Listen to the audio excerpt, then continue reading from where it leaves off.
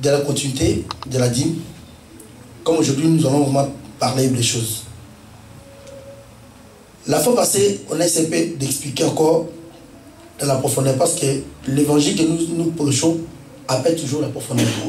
Amen. Amen. Tu ne peux pas saisir l'évangile éternel si tu ne connais pas la profondeur des choses.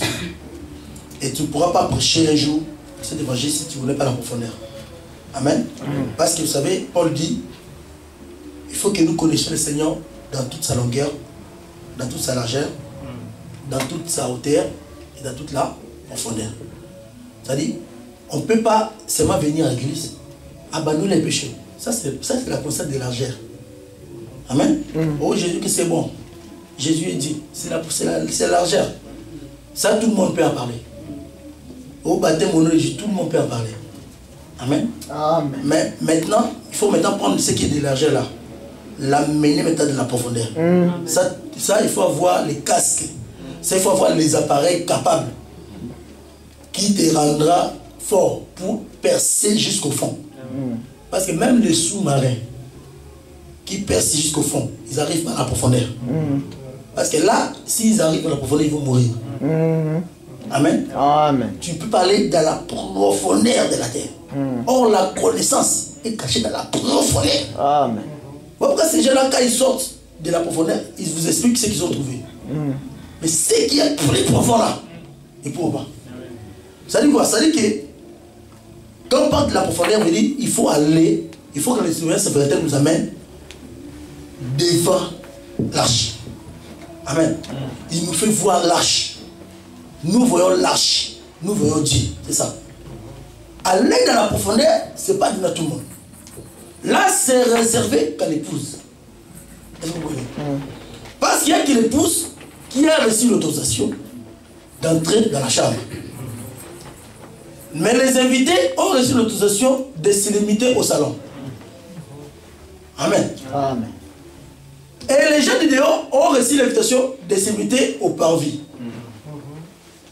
C'est-à-dire qu'il y a des catégories de gens qui viennent aussi à l'église. Il y en a que Dieu fera qu'ils soient toujours au parvis. Est-ce que vous voyez? Dans la même parole, il y en a qui seront dans les parvis. Il y en a qui auront droit d'entrer au salon. Il y en a qui auront droit d'entrer dans la profondeur. Maintenant, pour entrer dans la profondeur, là, c'est Dieu qui fait le choix. Amen. Pourquoi Christ dit, il y a beaucoup d'appelés, peu de lui. À l'église, on peut avoir tout le monde. Mais ce n'est pas tout celui qui écoute l'évangile éternel qui est synonyme de connaître Dieu. Amen. Amen. Ce n'est pas synonyme d'être sauvé le fait que j'écoute l'évangile éternel. Non. L'évangile éternel, nous disons souvent, c'est l'épée à double tranchant. Amen. Aujourd'hui, ça peut te procurer la vie. Demain, ça peut te procurer la mort. Amen. L'évangile éternel n'est pas seulement pour les élus. Ce n'est pas seulement la promesse pour les élus. C'est aussi réservé aux méchants. Parce que si dans l'évangile éternel on touche pas les méchants, il n'y aura pas de jugement. Il n'y aura pas l'évangile. Il y a un problème. C'est qu'il y a un problème. Il faut que nous trouvions aussi les méchants. Mais ce n'est pas à nous de te dire que tu es méchant. Amen. Amen. L'évangile elle-même, tu sais dans cet évangile, même si tu viens caché, amen. Amen. Cet évangile va te déshabiller. Va t'enlever les habits. On te voit nu. Cet évangile. Tu es venu caché. Tu joues la politique. Dans cet évangile, on ne joue pas la politique. On va te voir. L'évangile éternel, c'est les yeux qui nous permet de voir la profondeur.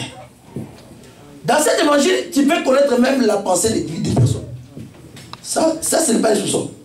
Je parle avec une personne, je connais ce que la personne est en train de raisonner.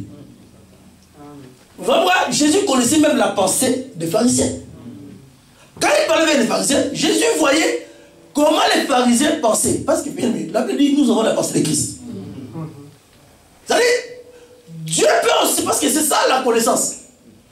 L'évangile éternel, c'est aussi le don de la connaissance. Est-ce que vous voyez? C'est-à-dire que quand tu as cet évangile, tu peux savoir ce que la personne pense.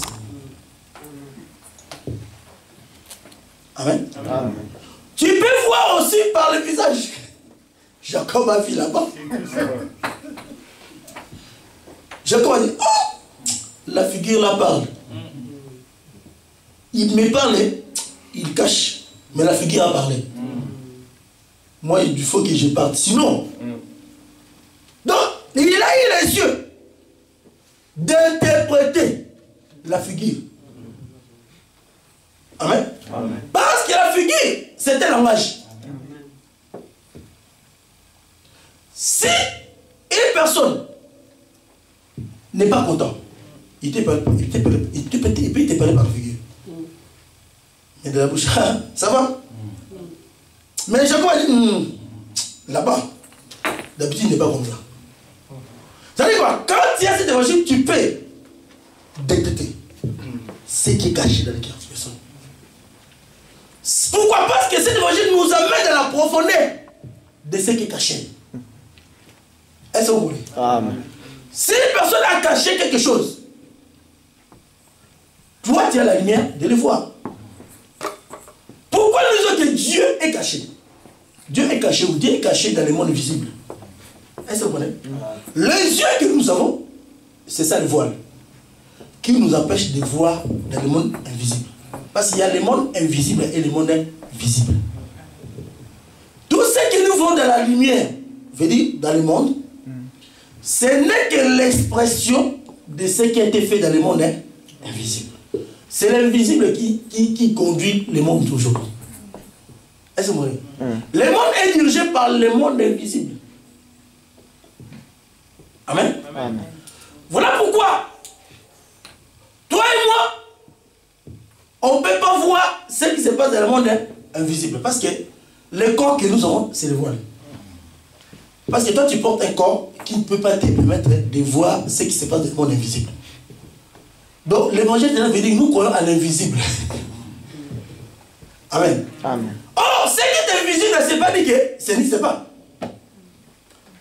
Ça existe, mais c'est caché. Amen. Amen. C'est comme quelqu'un qui me disait, mais vous ne croyez pas à un Dieu que vous ne voyez pas. J'ai dit, mais écoute, est-ce que tu as déjà vu le vent? Mais le vent, moi, non. Mais alors, mais tu crois quand même que le vent existe? Oui, mais pourquoi? Parce que je me sens général. Mais les vents que tu ne vois pas, mais tu crois que ça existe. Amen. C'est là que dans le monde invisible, il y a des choses qui se passent. Quand nous disons que Dieu est caché, parce qu'elle me dit, la gloire de Dieu, c'est de cacher. C'est de cacher les choses. Amen. Quand on dit, c'est de cacher, ça veut dire quoi? Dieu s'est caché dans le monde invisible. Quand on parle du monde invisible, ça veut dire quoi? Dieu a privé cet œil humain de le voir. Amen. Donc l'œil humain pour nous, c'est le voile. L'œil humain me permet juste de voir mon frère qui est à côté. Mais ce qui est derrière le frère, l'œil humain ne peut pas voir. Est-ce que vous voulez? Voilà pourquoi, quand on dit Dieu, la quoi dit c'est le caché, veut dire quoi? Dieu s'est caché aux yeux humains. Maintenant, pour le voir, il te faut les yeux de l'esprit. Amen. Amen. Oh, cet œil de l'esprit, c'est la parole. La parole, c'est la connaissance qui nous aide à comprendre ce qui est dans le monde invisible. C'est ça l'évangile éternel.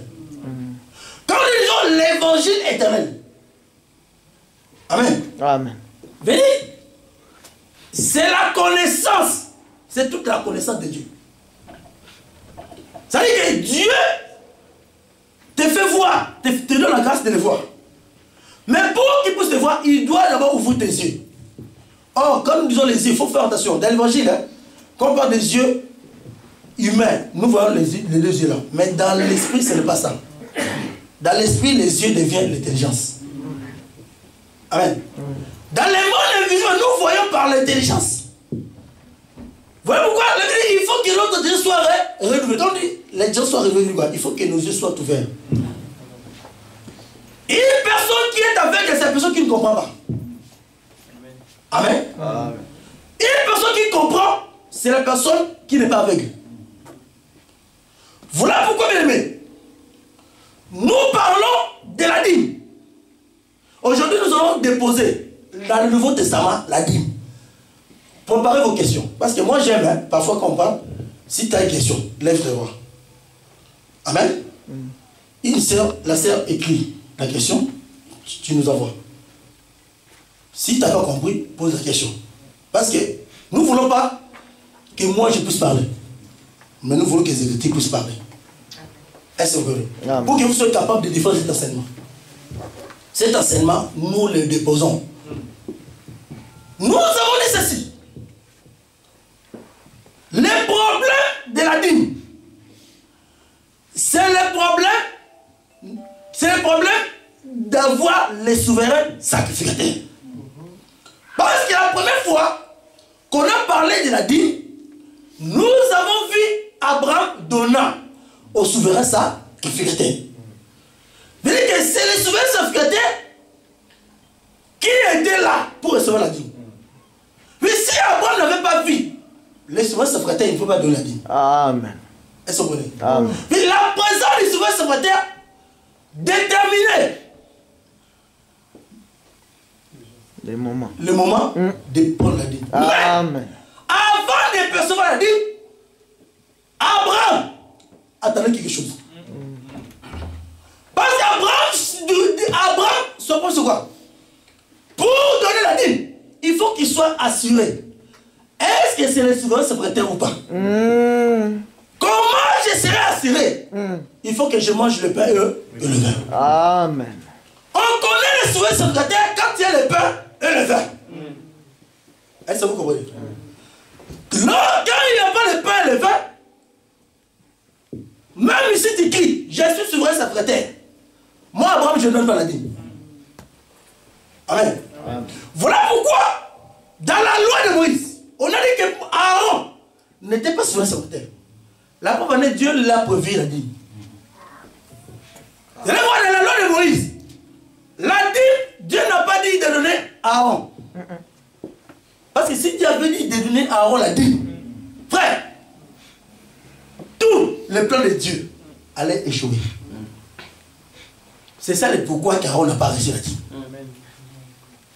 Parce que Aaron ne pouvait pas, parce que si Dieu avait dit seulement avec Israël, prenez vos dîmes, donnez à Aaron.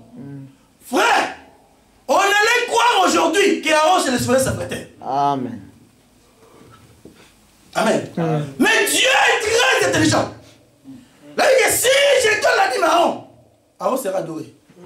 Parce que celui qui doit manger la dîme, c'est celui qui doit être adoré. Amen. Amen.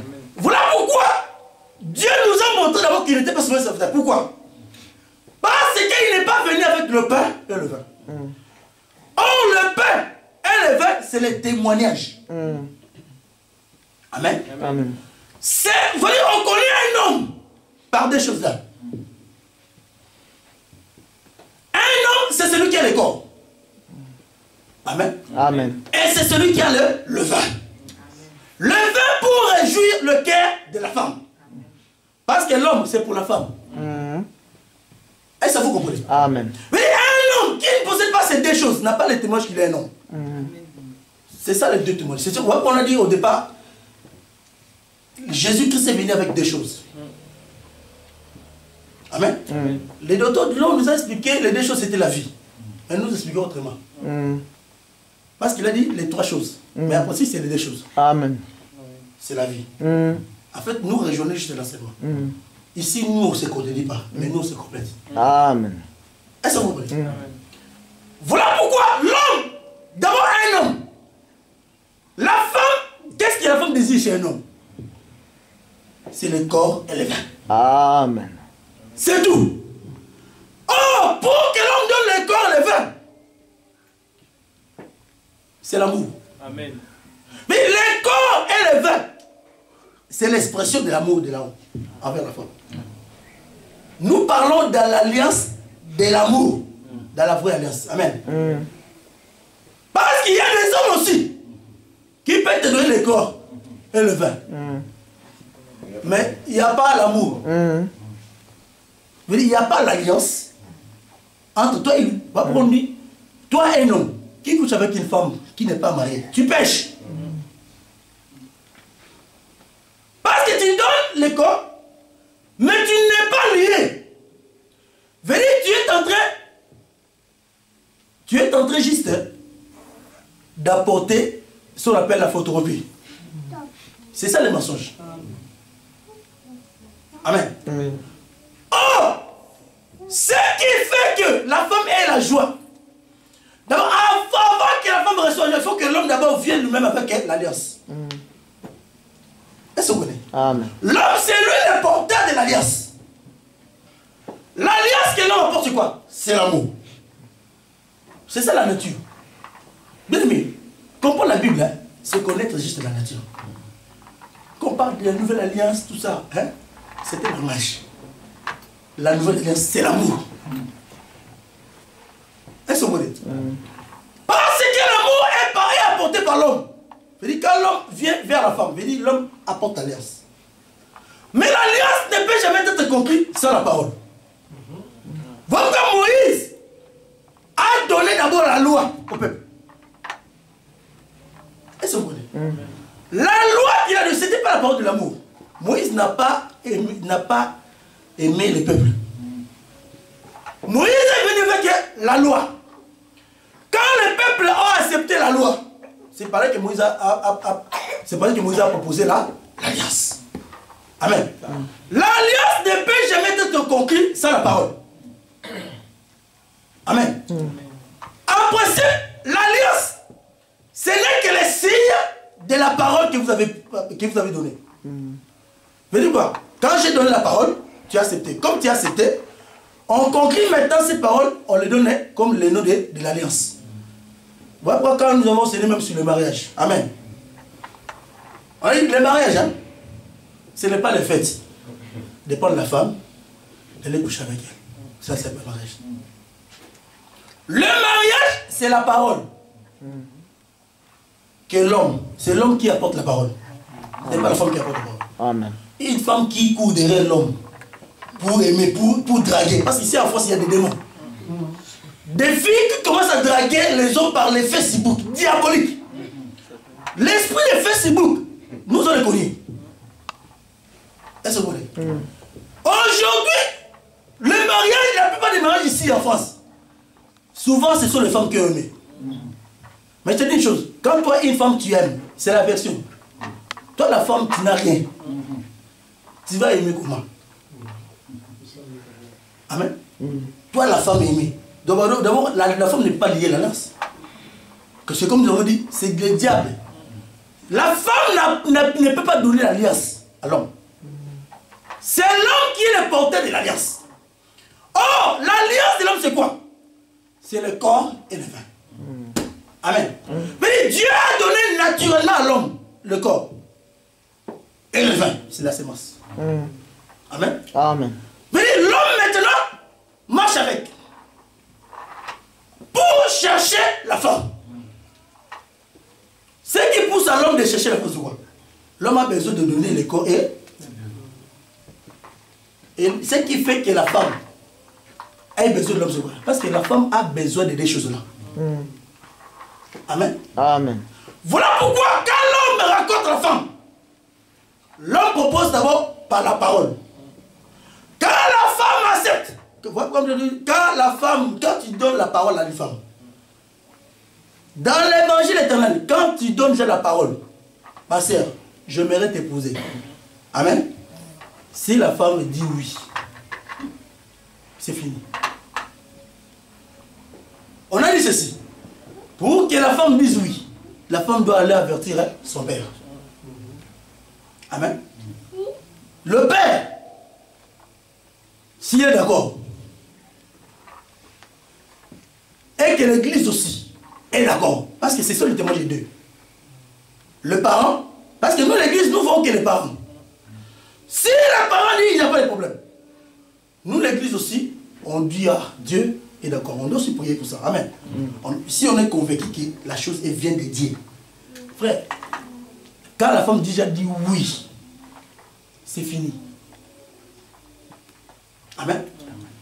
Nous, on ne dit pas dans l'évangile éternel, quand la femme dit oui, c'est le problème.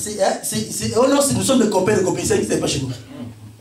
C'est le fiançailles qui commence. C'est le fiançailles qui commence.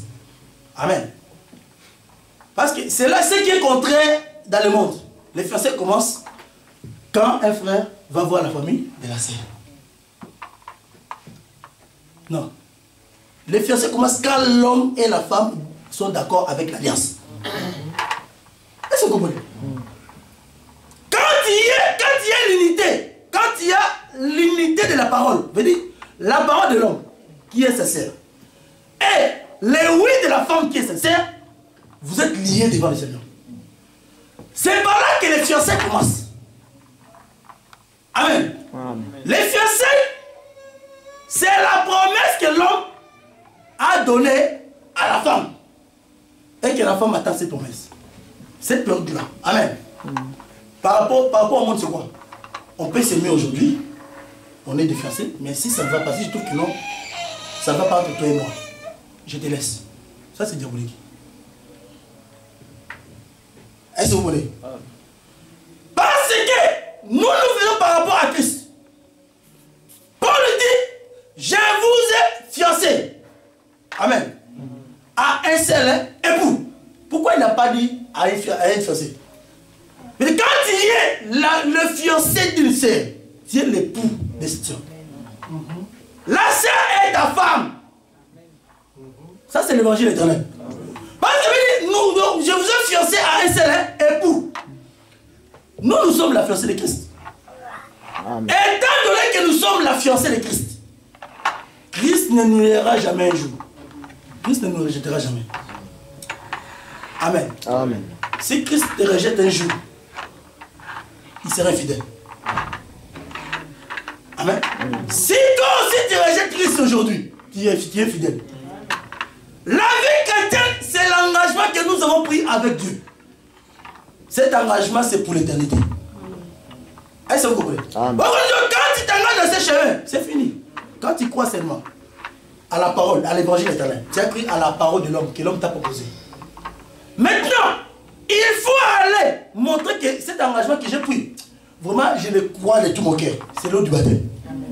Le baptême que nous avons pris, beaucoup de gens seront jugés à cause du baptême. Frère, si tu n'étais pas pris, il ne fallait pas te faire baptiser. Le fait que tu t'es fait déjà baptiser, tu as pris l'engagement.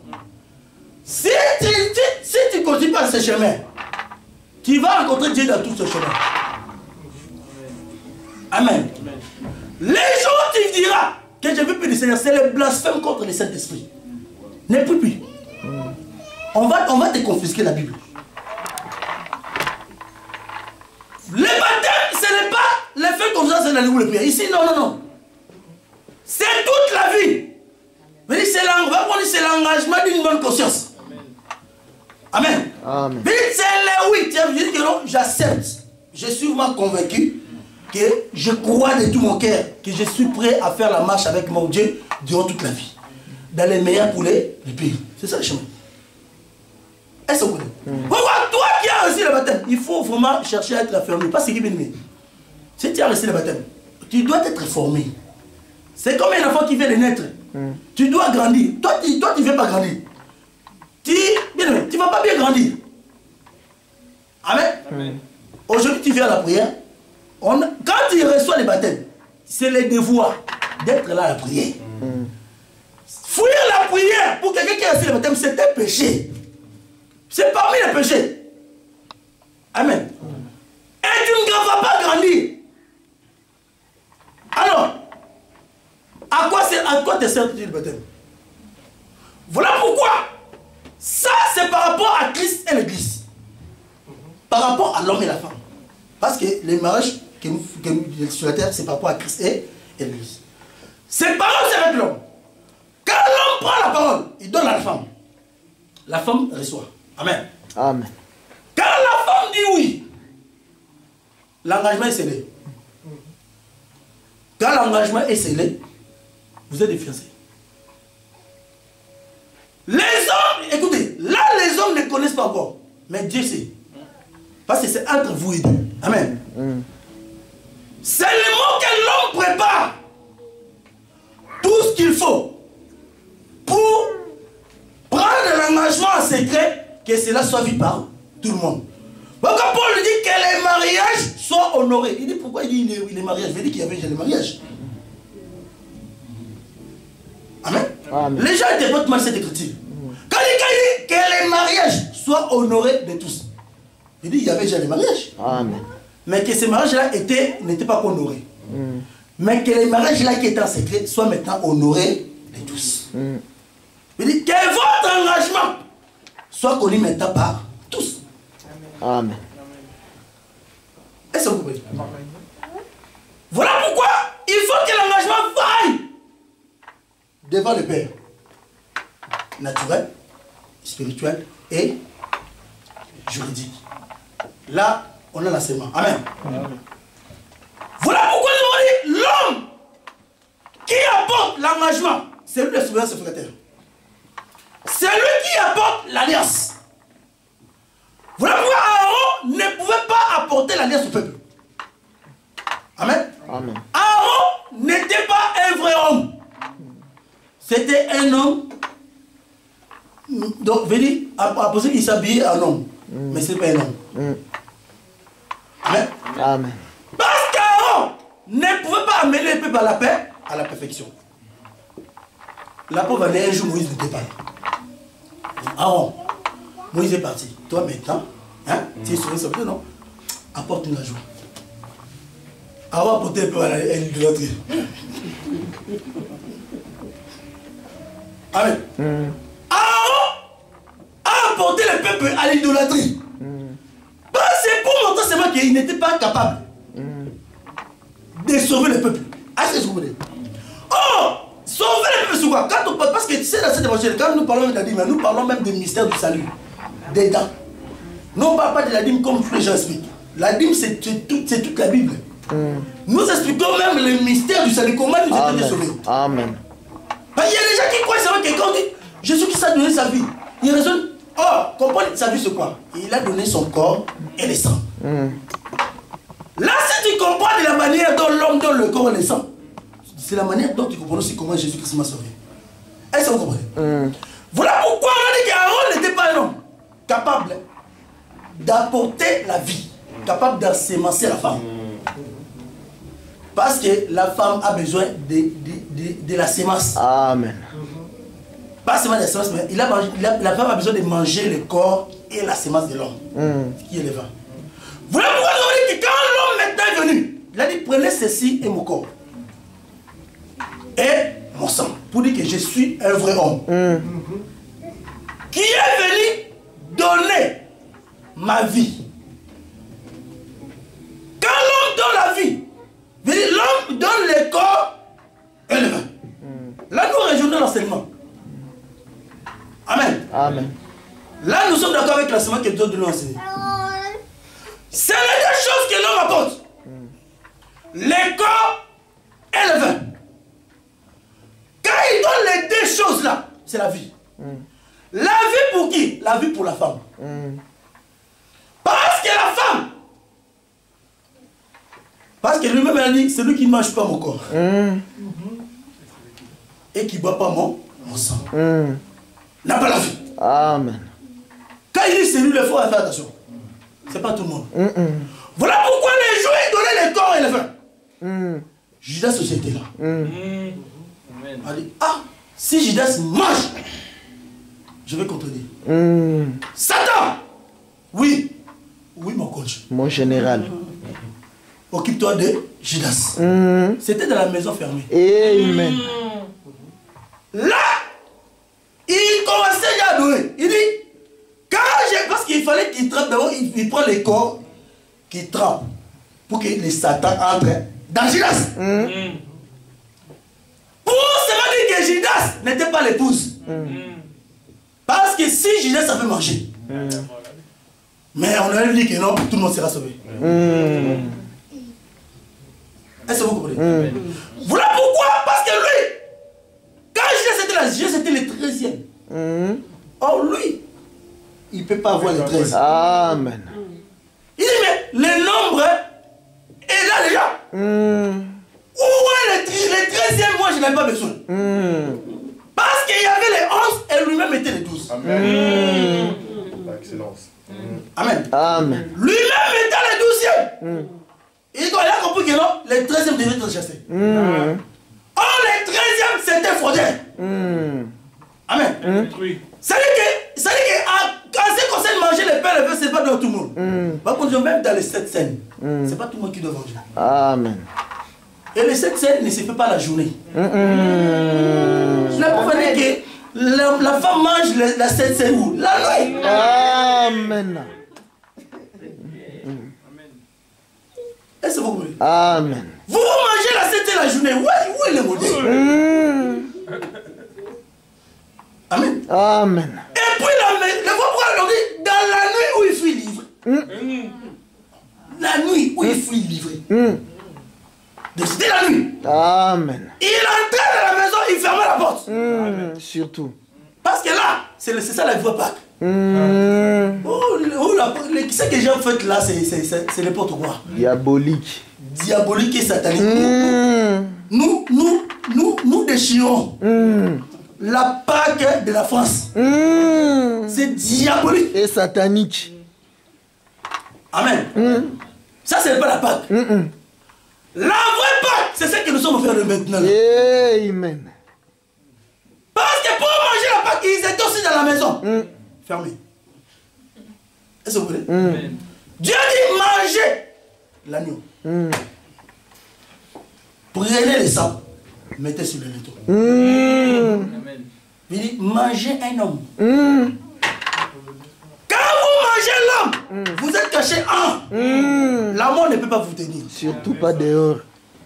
Amen. Lui aussi, quand il est venu, il était dans la maison. Amen. Là maintenant, il dit prenez ceci. Vous dites quoi? C'est moi l'agneau là. L'agneau qui a été sacrifié à l'Égypte. Aujourd'hui, c'est moi. Amen. Mangez-moi. Mais cette fois-ci, là, Dieu vous avait prévu de boire le sang. Parce que c'était le sang de l'animal. Si Dieu avait dit de boire le sang, vous aurez vu de l'animal. Amen. Le sang se boit. Ne s'invoque pas. Amen. Est-ce que vous comprenez? Voilà pourquoi, cette fois-ci, buvez mon sang. Amen. Quand vous buvez mon sang, cela montre que je suis le souverain sacrificateur. Il est venu juste montrer que Moïse a parlé la photocopie. Il est venu juste montrer que Moïse, c'était Dieu dans le langage caché. Amen. Voilà pourquoi, quand il a donné, c'est par là que nous avons compris que c'est lui le véritable souverain sacrificateur. Donc Paul récupéra cela dit, autrefois, dans la loi, dans les sacerdoces selon l'ordre d'Aaron, pour sacrifier, il devait avoir quelque chose. L'animal. Il est nécessaire aussi que celui-ci ait quelque chose. Mais quelle chose qu'il avait? Amen. Lui, il n'avait rien. Le corps Amen. et le sang. Il s'est sacrifié. Quand on dit il s'est sacrifié, il veut dire quoi? Il a donné sa vie pour la femme. Il a donné son corps à la femme. Est-ce que vous comprenez? Amen. Quand il donne son corps pour la femme, c'est pour que la femme mange les corps. Et pour que la femme boive le sang. Amen. Quand la femme a mangé le corps, elle a bu le sang, la femme est dans la joie. Ce qui procure la joie pour nous, c'est parce que nous mangeons le corps et nous buvons le sang. Amen. Oh, quand l'homme donne son corps à la femme, c'est pour un but. Parce que la femme, c'est l'être impur. Amen. La nature nous enseigne que Dieu a pris la pureté, il a donné à la femme. La femme que vous voyez, c'est l'impureté. Amen. Dieu a caché l'impureté de la femme à la beauté. Amen. Vous voyez une femme belle marcher. Impossible. De la beauté, la cache l'impureté. Amen. Tombeau blanchi. Amen. La femme, c'est l'être impur. Voilà pourquoi les sangs sortent toujours par la femme. C'est ça là on appelait l'impureté. Amen. Amen. La période, nous disons, ici il n'y a pas de tabou. La période où la femme a des règles. Amen. C'est pour bien comprendre. Hein, Amen. c'est la période où la femme manifeste l'impureté. Amen. Quand les sangs sortent dans la femme, ça veut dire que la femme manifeste la vie de l'impureté. Là, c'est là que l'ombre des choses a venu. C'est là que nous essuons cette femme-là à la perte du sang. Amen. Amen. La femme avait en elle les sangs qui coulaient. Or, les sangs, c'est la vie. Amen. Là, on menait la vie impure.